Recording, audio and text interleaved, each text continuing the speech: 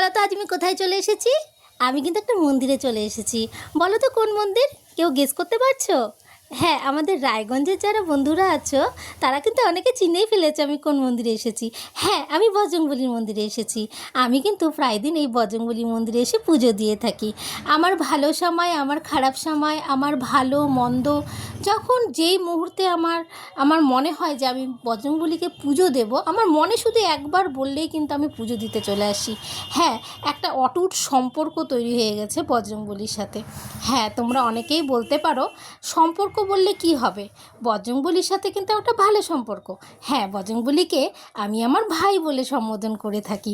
হ্যাঁ, এটা হচ্ছে আমার মনের ভেতর থেকে ডাকটা এসেছে।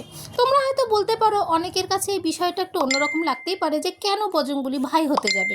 হ্যাঁ, যেমন কালীমাকে কিন্তু আমরা মা বলে থাকি, শিব বাবা ভোলেনাথকে আমরা বাবা বলে থাকি।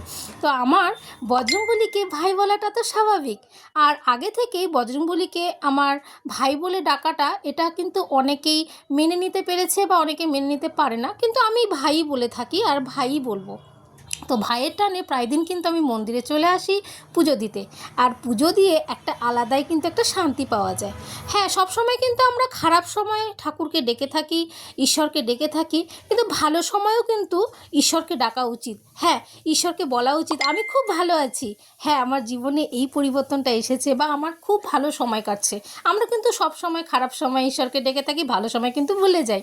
কিন্তু আমি ভালো খারাপ সব সময় কিন্তু ঈশ্বরকে ডেকে থাকি আর এই বজরংবলীর মন্দিরে পুজো দিতে আসি। হ্যাঁ, আমি কিন্তু বজরংবলীর পুজো প্রায় দিয়ে থাকি, তোমরা অনেকে দেখেছো। হ্যাঁ, আমি এটা করে থাকি। এটা একটা আলাদাই একটা শান্তির জায়গা। আর এখানে পুজো দিয়ে একটা আলাদাই শান্তি পাওয়া যায়। আর এখানে কিন্তু নতুন একটা সিস্টেম করেছে, মেয়েদের আলাদা জায়গা, ছেলেদের আলাদা জায়গা। এটা কিন্তু একটা দারুণ পাওয়া, উপরি পাওয়া। এই গত মাসে যখন আমি এসেছিলাম মন্দিরে পুজো দিতে, তখন কিন্তু এই সিস্টেমটা ছিল না। পুজো দিয়ে কিন্তু শান্তি পাওয়া যেত না, একদম ভিড় হয়ে যেত। আর প্রত্যেক মঙ্গলবার শনিবার তো এই মন্দিরে কিন্তু প্রচুর ভিড় হয়, প্রচুর মানুষের ভিড় হয়। তো এই ছেলেদের আর মেয়েদের জায়গাটা আলাদা করে খুবই ভালো করেছে। আর সিস্টেমেটিক সব কিছু আমার খুব পছন্দ হয়েছে। আগেই কিন্তু ভোগ নিয়ে নেওয়া হয়, তারপরে কিন্তু একে একে বজরংবলীকে সাজানো হয়। যে চুন্ডিটা পরিয়ে দিল যে বজরংবলীকে, এটা আমি নিবেদন করেছি বজরংবলীকে। হ্যাঁ, আমার বজরংবলীকে নিবেদন করা প্রত্যেকটা জিনিসই কিন্তু ঠাকুরমশাই নিবেদন করে দিল। এদিকে লেবু লঙ্কা অনেকে কিন্তু নিয়ে যায় শনিবার মঙ্গলে বাড়িতে, মানে টাঙিয়ে থাকে। এটা একটা শুভ সংকেতের জন্য, অশুভ শক্তি কেটে যায়, শুভ পরিবেশ তৈরি হয়।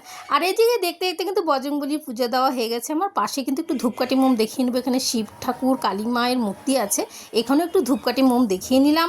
আর পুজো দিয়ে কিন্তু একটু পরে বাড়িতে ফেরা। এখানে পুজো দিয়ে যারা যারা পুরো পুজো দিয়ে গেছে তারা অনেকে চিনে ফেলেছো, অনেকেই পুজো দাও এখানে। আর আমি তো প্রায়ই পুজো দিয়ে থাকি। পুজো দেওয়া হয়ে গেছে, এখানে কিন্তু ভোগ দেওয়া হচ্ছে বজরংবলীর। এখানে চরণামৃত নিলাম, ভোগ খেলাম, খেয়ে টেয়ে কিন্তু এখন বাড়িতে ফেরার পালা। তোমরা কারা কারা এই মন্দিরে এসেছো আর কারা কারা এই মন্দিরটা চেনো বলো তো। আর অবশ্যই তোমাদের এই ভিডিওটা ভালো লাগলে এইভাবে পাশে থেকো, সাথে থেকো। সবাই কিন্তু ভালো ও সুস্থ থেকো।